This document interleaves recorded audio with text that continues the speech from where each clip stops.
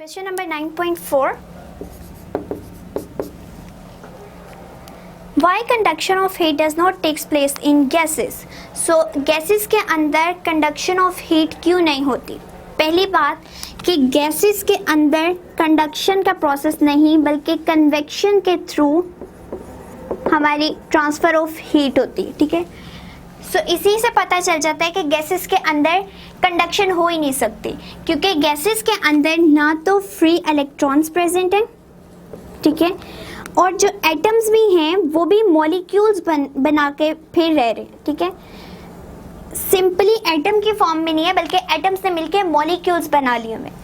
अब ना तो फ्री इलेक्ट्रॉन्स हैं ना एटम्स हैं, तो वहाँ पे कंडक्शन का प्रोसेस हो ही नहीं सकता. सो गैसेस में कंडक्शन इसीलिए नहीं होती क्योंकि वहाँ पे कोई फ्री इलेक्ट्रॉन्स नहीं है. सो ये इसकी रीज़न भी यही है कि हमारी गैसेस के अंदर फ्री इलेक्ट्रॉन प्रेजेंट ना होने की वजह से कंडक्शन का प्रोसेस नहीं होता. As no free electron is present in gases, so the process of conduction is not possible in gases, is not possible in gases. So gases के अंदर क्योंकि एटम्स ने मिलकर मॉलिक्यूल्स बना लिए हुए हैं, इसलिए हम यहाँ पे जस्ट फ्री इलेक्ट्रॉन्स की बात करेंगे. क्योंकि फ्री इलेक्ट्रॉन्स प्रेजेंट नहीं है गैस के अंदर, तो गैसेस के अंदर कंडक्शन नहीं बल्कि कन्वेक्शन का प्रोसेस होगा. थ्रू मॉलिक्यूल्स जो है वो हीट ट्रांसफर की जा सकती है. जब उसके अंदर एटम्स ही नहीं है या जस्ट उसके अंदर फ्री इलेक्ट्रॉन प्रेजेंट ही नहीं है तो कंडक्शन का प्रोसेस पॉसिबल ही नहीं है. क्योंकि कंडक्शन के प्रोसेस के लिए ये मस्ट है कि उसमें फ्री इलेक्ट्रॉन्स प्रेजेंट हो एंड एटम्स प्रेजेंट हो, तब हमारी जो है हीट ट्रांसफर करवाई जा सकती है. सो अगर जिस चीज़ के अंदर ना फ्री इलेक्ट्रॉन्स प्रेजेंट है ना एटम्स है तो उसमें कंडक्शन पॉसिबल नहीं है. सो ये था हमारा 9.4 का answer. The next is 9.5. What measure do you suggest to conserve energy in the houses? So energy को कंजर्व करने के लिए घरों के अंदर हमें क्या करना चाहिए? इसके लिए हमारे पास 4 मेथड्स थे जो हमें बुक में गिवन हैं. नंबर 1 वाज कि हॉट वाटर टैंक्स को हम इंसुलेट कर दें, ठीक है, इंसुलेटेड बाय प्लास्टिक से या फोम लेगिंग्स से अगर हम उसको कवर कर देंगे तो हमारी हीट जो है वो बाहर नहीं जा सकेगी. सो ये एनर्जी को कंजर्व करने का एक बेस्ट तरीका है कि जितने भी हमारे वाटर टैंकर्स होते हैं उनको हम बाहर से इंसुलेट कर दें. लेट्स सपोज ये हमारे पास कोई भी पैन वगैरह है, उसको बाहर से इंसुलेट कर दें ताकि अगर हमने गर्म पानी अंदर रखा है तो हीट बाहर ना जाए, एंड अगर ठंडा है तो पानी के अंदर हीट बाहर से ना आ सके. सो इस तरह हमारी एनर्जी बहुत ज़्यादा कंजर्व हो जाएगी, बच जाएगी, ठीक है. नंबर 2 हमारे पास मेथड है कि हम डबल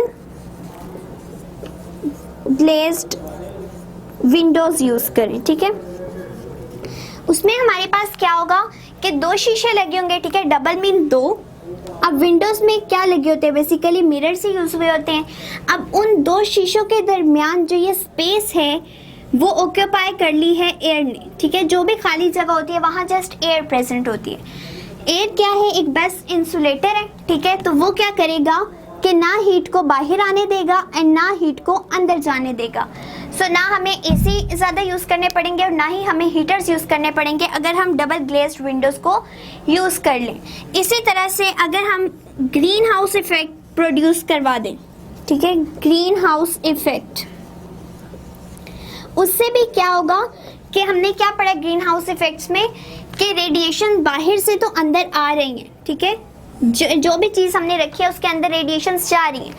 अब वो जो खुद रेडिएशन इमिट कर रहा है वो बाहर नहीं निकलती तो अंदर ही हीट प्रोड्यूस करवा देती है. लेट्स सपोज अगर हमने ग्रीन हाउस का पढ़ा था तो हमने उसको ग्लास से बनाया था या पॉलीथीन से बनाया था जिसके अंदर से सिर्फ अल्ट्रावायलेट रेस पास आउट हो रही थी, ठीक है. अल्ट्रावायलेट रेस पास आउट होकर अंदर चली गई, अब जो बॉडी अंदर प्रेजेंट थी उसने हीट या रेडिएशन जो एमिट की वो इस पॉलीथीन या ग्लास से बाहर नहीं निकल सकी। सो इट मीन्स के अंदर ही टेम्परेचर इंक्रीज होता रहा। सो अगर अंदर ही टेम्परेचर खुद ब खुद इंक्रीज हो रहा है तो हमें एक्सटर्नली कोई भी हीटर्स वगैरह को या कोई भी एनर्जी कंज्यूम करवाने की ज़रूरत नहीं पड़ेगी अगर हम ये इफेक्ट को ही यूज़ कर लें।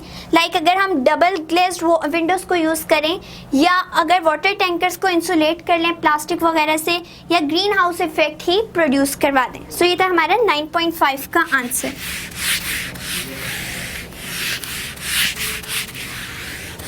Nine point six is why transfer of heat in fluids take place by convection. So heat जो है fluids के अंदर convection के process के थ्रू क्यों ट्रांसफ़र होती है? सबसे पहले fluids क्या होते हैं? Fluids is liquid and gases, ठीक है। लिक्विड एंड गैसेस दोनों को जब हम कंबाइनली पढ़ते हैं उसको हम कहते हैं फ्लूइड्स, ठीक है। अब हम कह रहे हैं इसके अंदर कन्वेक्शन का प्रोसेस ही क्यों होता है। सो कन्वेक्शन इसलिए होती है क्योंकि कन्वेक्शन क्या है, basically transfer of heat through molecules. और लिक्विड और गैसेस के अंदर सिर्फ मॉलिक्यूल्स ही प्रेजेंट होते हैं, ना फ्री इलेक्ट्रॉन प्रेजेंट है ना एटम्स प्रेजेंट है, ठीक है। सो मॉलिक्यूल्स ने बन के गैस मिल के गैसेस बनाई हैं एंड लिक्विड्स बनाए हैं। सो मॉलिक्यूल्स के प्रेजेंट होने की वजह से हमारे पास जो प्रोसेस आया हीट को ट्रांसफर करने का, that is convection.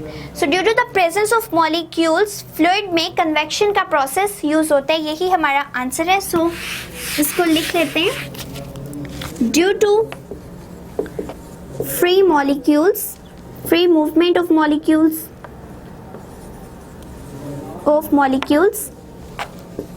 heat can be transferred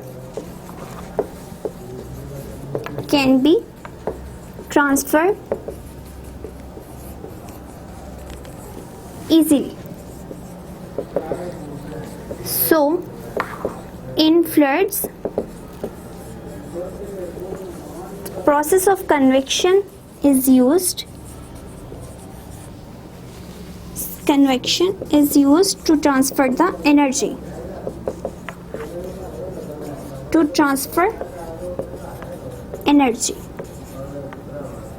या हीट या हमने जो भी चीज़ ट्रांसफ़र करवानी है तो वो किस तरह से होगी, वो मॉलिक्यूल्स के थ्रू होगी, क्योंकि लिक्विड के अंदर या गैसेस के अंदर हमारे पास जस्ट मॉलिक्यूल्स ही प्रेजेंट होते हैं, फ्री इलेक्ट्रॉन्स या फ्री एटम्स प्रेजेंट नहीं होते।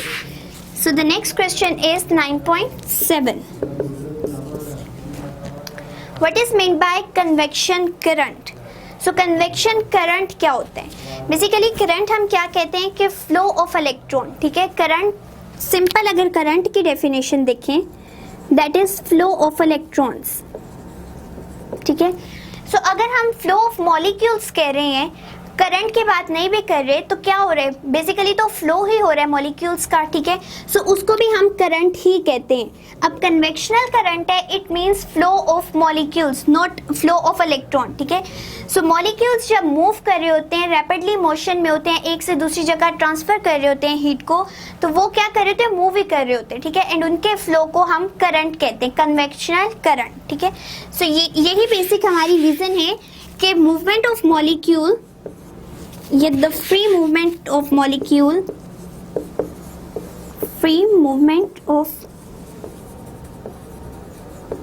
molecules, heat can be transferred.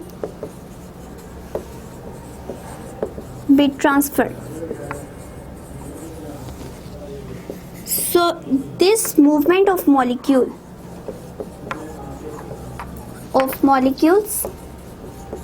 called convectional current.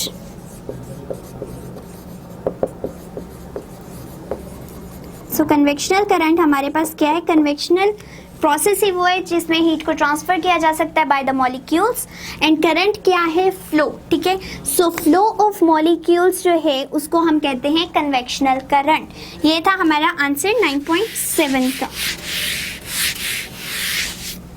9.8 is suggest a simple activity to show the convection of the heat in gases not given in the book. So book के अंदर जो नहीं given एक ऐसा convection का process हमने बताना है। सो समर टाइम्स के अंदर अगर देखें तो हमारे पास क्या होता है कि जो हीट है वो ज़्यादा हो जाती है, ठीक है। समर्स में हीट ज़्यादा होने की वजह से एयर क्या करती है, अपवर्ड ब्लो करना शुरू कर देती है, क्योंकि एयर के मॉलिक्यूल्स जो हैं उनके अंदर उनकी डेंसिटी कम हो गई, ठीक है, वो ऊपर की तरफ उठ गए और दूसरे इलाकों से जो हमारे पास ठंडी हवा है वो इस साइड पे चलना शुरू कर देती है, ठीक है। सो हम अगर कहते हैं कि हमारे वेदर चेंजेस हो रहे हैं वो बेसिकली कन्वेक्शन के प्रोसेस के थ्रू ही होते हैं, कि अगर एक एरिया का टेम्परेचर बहुत ज़्यादा है एंड एक का कम है, यानी उधर ठंडी हवा चल रही है और दूसरे एरिया में बहुत ज़्यादा गर्मी है, तो थोड़ी देर बाद अगर हमारा टेम्परेचर ठीक होना शुरू हो जाता है या वेदर चेंज हो जाता है, it is just because of convection. तो उस प्रोसेस में बेसिकली हुआ क्या कि जहाँ पे टेम्परेचर बहुत ज़्यादा था वहाँ की सारी हवा गर्म होके ऊपर उठ गई, ठीक है, ऊपर की तरफ चली गई। अब नीचे जो है वो सारी स्पेस खाली रह गई, ठीक है। अब जो स्पेस खाली है दूसरे इलाके की जहाँ पे हमारे पास ठंडा टेम्परेचर है वहाँ से एयर क्या करेगी, ब्लो करना शुरू कर देगी उस इलाके की तरफ जहाँ पे गर्मी बहुत ज़्यादा थी, ठीक है। अब उसको यहाँ पे अगर जगह नज़र आ रही है वो फ़ौरन ऑक्यूपाई कर लेगी, ठीक है। सो एयर ने ऑक्यूपाई कर लिया, इट मीन्स कि यहाँ पे भी क्या होना शुरू हो गया, अब टेम्परेचर कूल डाउन होना शुरू हो गए। सो वेदर के जितने भी चेंजेस होते हैं बेसिकली वो कन्वेक्शन के प्रोसेस के थ्रू होते हैं, क्योंकि जहाँ टेम्परेचर गर्म होगा हवा ऑटोमेटिकली डेंसिटी कम होने की वजह से ऊपर उठ जाएगी एंड जो स्पेस खाली रहेगी वहाँ पर ठंडी हवा आके जगह ले लेगी। सो कन्वेक्शन का प्रोसेस हमारे पास समर डेज में बहुत ज़्यादा नज़र आता है एंड ये बुक में मेंशन नहीं है। So it is the answer कि in summer times when the temperature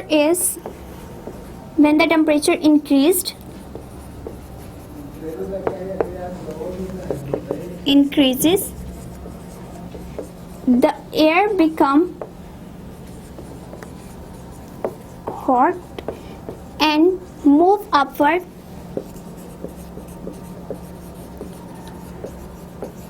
due to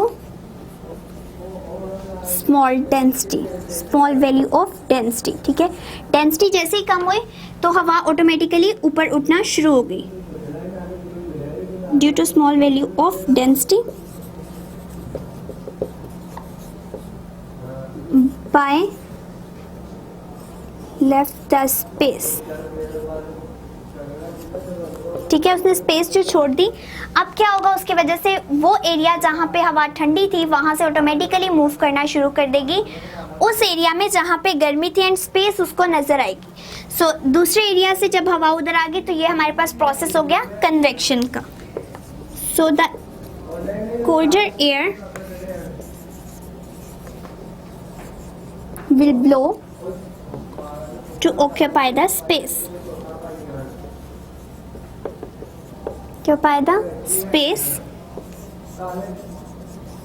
which show the convectional process.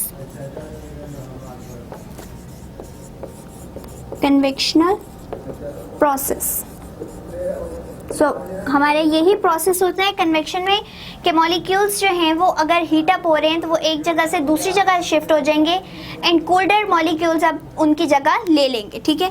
So summer times में भी यही होता है, जैसे टेम्परेचर इंक्रीज करता है हमारी एयर गर्म होती है एंड गर्म होने की वजह से और हल्की होने की वजह से ऊपर की तरफ उठ जाती है, जिसके नतीजे में दूसरे कोल्ड एयर वहाँ पे जगह को ऑक्यूपाई कर लेती है और हमारा जो टेम्परेचर है या वेदर है वो प्लेजेंट हो जाता है। सो ये था हमारे 9.8 का आंसर।